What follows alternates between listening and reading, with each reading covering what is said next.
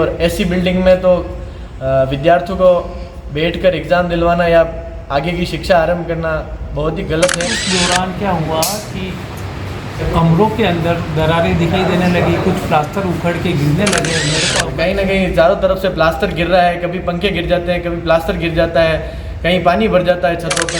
अगर ये जल्द से जल्द इस पर ठेकेदार के खिलाफ कार्रवाई नहीं होती है तो एक बड़ा आंदोलन किया जाएगा छात्र शक्ति द्वारा। राजसमंद जिले के नाथद्वारा में सेठ मथुरादास बिनानी महाविद्यालय के साइंस ब्लॉक में यहाँ पर जो भवन बना है, करीब 7.25 करोड़ की लागत से ये भवन बना है और उद्घाटन से पहले ही भवन जर्जर स्थिति में पहुँच गया है। खासतौर से जो अनियमितता इसमें ठेकेदार और रूट सिको एजेंसी है उसकी लापरवाही रही, उनके इंजीनियरों की रही और ठेकेदार की लापरवाही खुलकर सामने आ गई। इसके बाद महाविद्यालय प्रशासन द्वारा जो रूट सिको के एक्सीएन को नोटिस जारी किया है और इस पूरे अनियमितता को लेकर अवगत कराया गया है। इस बीच में छात्र संघ के प्रतिनिधि मंडल जो एबीवीपी और एनएसयूआई के सभी पदाधिकारी मिलकर राजसमंद जिला मुख्यालय पर पहुंचे, जिला कलेक्टर अरुण कुमार हसीजा को ज्ञापन सौंपा और इस अनियमितता के बारे में अवगत कराया कि वहां पर गत दिनों एक परीक्षा हो रही थी, परीक्षा के दौरान एक पंखा भी गिर गया और उसके बाद जब भवन में जगह जगह पर हर कमरे में लगभग दरारें आ रही हैं, जगह जगह से प्लास्टर नीचे गिर रहा है और इस वजह से ये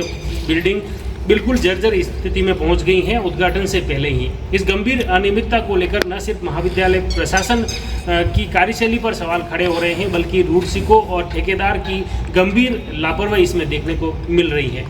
खासतौर से फिलहाल इस पूरे घटनाक्रम को लेकर प्रशासन द्वारा पीडब्ल्यूडी के अभियंताओं की विशेष टीम का गठन किया है, जांच रिपोर्ट उन्होंने मांगी है। इसके लिए पीडब्ल्यूडी नाथद्वारा के एक्सीएन भानु माथुर के नेतृत्व में एक टीम ने इस महाविद्यालय परिसर जो नए भवन बना है साइंस ब्लॉक का, इस भवन का अवलोकन भी किया। यहाँ पर जो भौतिक स्थिति उन्होंने देखी कि किस तरह से भवन जगह जगह से जर्जर हो रहा है और इस बीच में जैसे ही अनियमितता सामने आई, छात्रों ने शिकायत की और इस बीच में ठेकेदार के कुछ कार्मिक यहाँ पर पहुँचते हैं और उन्होंने लिपापोती शुरू कर दी।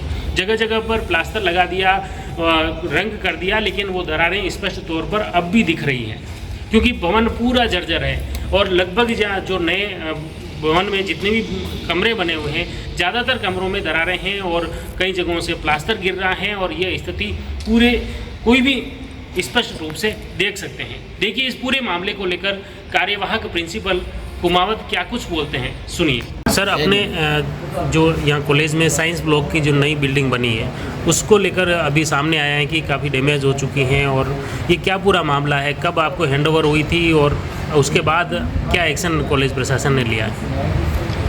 नवीन साइंस ब्लॉक की जो बिल्डिंग है वो महाविद्यालय प्रशासन को हैंडओवर की है मार्च 2026 में।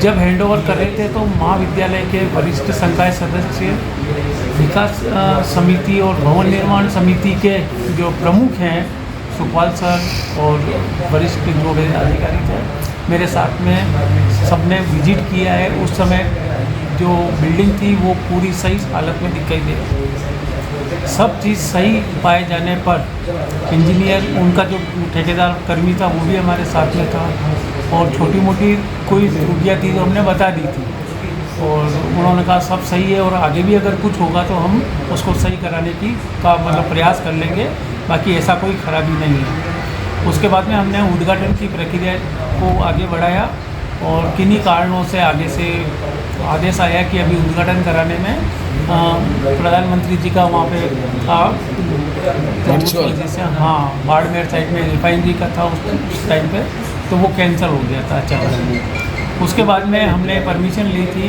आयुक्त महोदय से कि हमारे को विभिन्न परीक्षाएं चल रही विश्वविद्यालयों की, जिसमें सुखाड़िया की भी है, इंदिरा गांधी जो ओपन यूनिवर्सिटी का है ये भी चल रहा है, कोटा की भी परीक्षाएं चल रही है, सुखाड़िया भी चल रही है। तो इन परीक्षाओं में बैठक व्यवस्था के लिए हमने निवेदन किया था। उन्होंने वर्बली कहा कि आप अभी अपनी परीक्षाएं उसमें करवा सकते हैं, तो हमने परीक्षाएं करवाना शुरू किया था।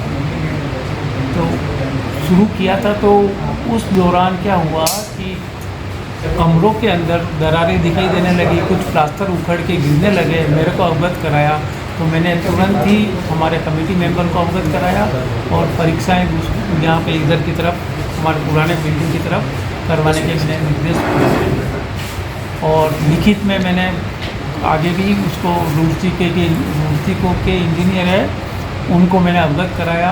कॉपी मैंने जिलाधीश महोदय को पहुंचाई है, हमारे आयुक्त महोदय को पहुंचाई है, असिस्टेंट डायरेक्टर महोदय को पहुंचाई है और निवेदन किया था उनको कि ये जल्दी से जल्दी उसको ठीक कराने की कार्रवाई करें जैसा भी बारे में।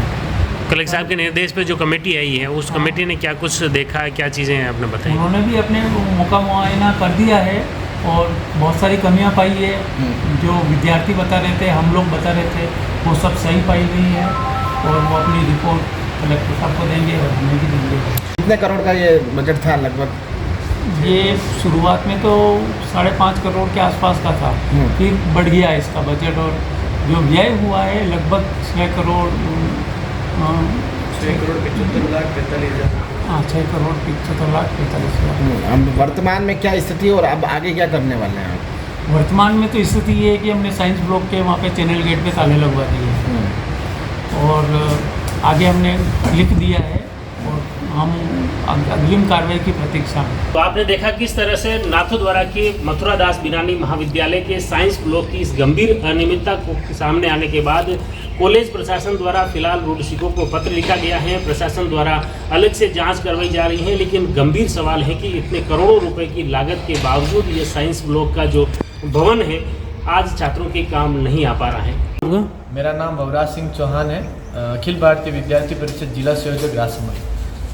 हाल ही में हमारे सेठ मथुरा दास बिनानी राजकीय महाविद्यालय जिसकी नई साइंस बिल्डिंग बनी है, जिसकी शिकायत लेकर हम महाविद्यालय से कुछ छात्र मिलके हम कलेक्टर साहब के पास गए थे। कलेक्टर महोदय ने हमें आश्वासन दिया कि जल्द से जल्द इस विषय में कार्रवाई होगी। भवन निर्माण के कहीं ना कहीं ठेकेदार की मिलीभगत और अधिकारियों के अनियमितता देखी गई है। जैसे कि हमने ज्ञापन में स्पष्ट रूप से लिखा था कि दरारें आ रही है, ये वीडियोस फोटोज़ सब लिए हमने जो फोटोज़ वीडियोज़ लिए थे जिस जगह के, उस जगह अभी ठेकेदार और उसकी मिलीभगत से आप देख सकते हैं मेरे पीछे यहाँ पूरा जो स्ट्रक्चर जो पूरे दरारें आ रही थी उसके अभी कलर वलर करके इन्होंने वापस उसको सही कर दिया गया है। पर कहीं ना कहीं अंदर भी आप देख सकते हैं वो सारी दरारें नहीं भर पाए और अभी भी हमने कल ठेकेदार को बोल के उसकी जो ये काम चालू था उसको हमने बंद करवाया और महाविद्यालय प्रशासन को भी अवगत कराया कि कोई कार्य नहीं होना चाहिए जब तक इस पर पूरी जांच ना हो। तो क्या उनकी? जी बिल्कुल, उनकी भी लापरवाही है, कहीं ना कहीं वह भी हम अनियमितताओं के अंदर आ रहे हैं। और जल्द से जल्द हम तो यही चाहते हैं कि छात्र हितों को ध्यान में रखते हुए जल्द से जल्द इस पर कार्रवाई हो और हमारी नई बिल्डिंग हमें सुपुर्द की जाए। और ऐसी बिल्डिंग में तो विद्यार्थियों को बैठकर एग्ज़ाम दिलवाना या आगे की शिक्षा आरंभ करना बहुत ही गलत है। साहब, ऐसे महाविद्यालय में ऐसे भवन में विद्यार्थी असुरक्षित है पूर्ण तरह और कहीं ना कहीं चारों तरफ से प्लास्टर गिर रहा है, कभी पंखे गिर जाते हैं, कभी प्लास्टर गिर जाता है, कहीं पानी भर जाता है छतों पे। तो ये स्थिति काफ़ी दयनीय है। तो अभी जी बिल्कुल, करोड़ों रुपए की 6 करोड़ 72 लाख 45 हज़ार की लागत से ये महाविद्यालय बना है, पर इसका छात्रों के काम नहीं आ रहा, किसी विद्यार्थी के उपयोग में नहीं आ रहा है। लगभग इसको बने हुए 3 महीने से ऊपर होने हैं पर अभी तक विद्यार्थियों अभी ये हो रही। जी बिल्कुल, इसकी गुणवत्ता जांच के लिए हमने कलेक्टर महोदय से द्वारा पीडब्ल्यूडी की टीम भी हमारे महाविद्यालय में आई है, वो कल देख के गई है, पूरी रिपोर्ट तैयार करके आगे क्या होता है। अगर ये जल्द से जल्द इस पर ठेकेदार के खिलाफ कार्रवाई नहीं होती तो एक बड़ा आंदोलन किया जाएगा छात्र शक्ति द्वारा और इसकी पूर्ण जिम्मेदारी महाविद्यालय प्रशासन और ठेकेदार रहेगा। आखिर इस गंभीर अनियमितता को लेकर अब ठेकेदार कार्रवाई होगी?